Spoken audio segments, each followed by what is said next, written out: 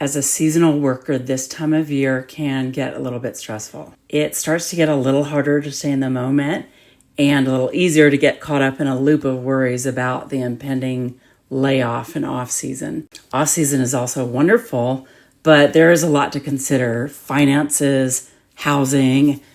This part is also fun because I have a lot of freedom, but not having any idea where I'm living about 5 weeks from now is both exciting and also stressful. Then we have the pre-Christmas depression looking over my shoulder and just the overall grief about mom is hard this time of year. And then this year, I am also consumed with Bambi's well-being. And ironically, since my life is constantly in transition, transitions have become harder and harder as time goes on.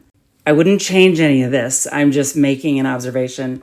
I'm generally quite happy when I get where I'm going, but the transition part can be anxiety inducing. So when this kind of anxiety starts creeping in, there is nothing that quite calms me down in the way that doing repetitive motions, both mentally and physically, does. I would imagine it has to do with being on the spectrum.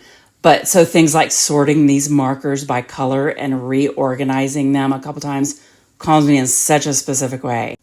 These videos were shot over 2 days, and it's at least 6 hours worth of sorting and coloring. So then when I'm in this state of mind, I like my environment to be totally silent, and I have to be totally alone to be able to do this. Organizing things by color is a very specifically calming stim for me, but it can also be making a spreadsheet. That's really relaxing. Or organizing a cabinet, taking everything out and organizing it.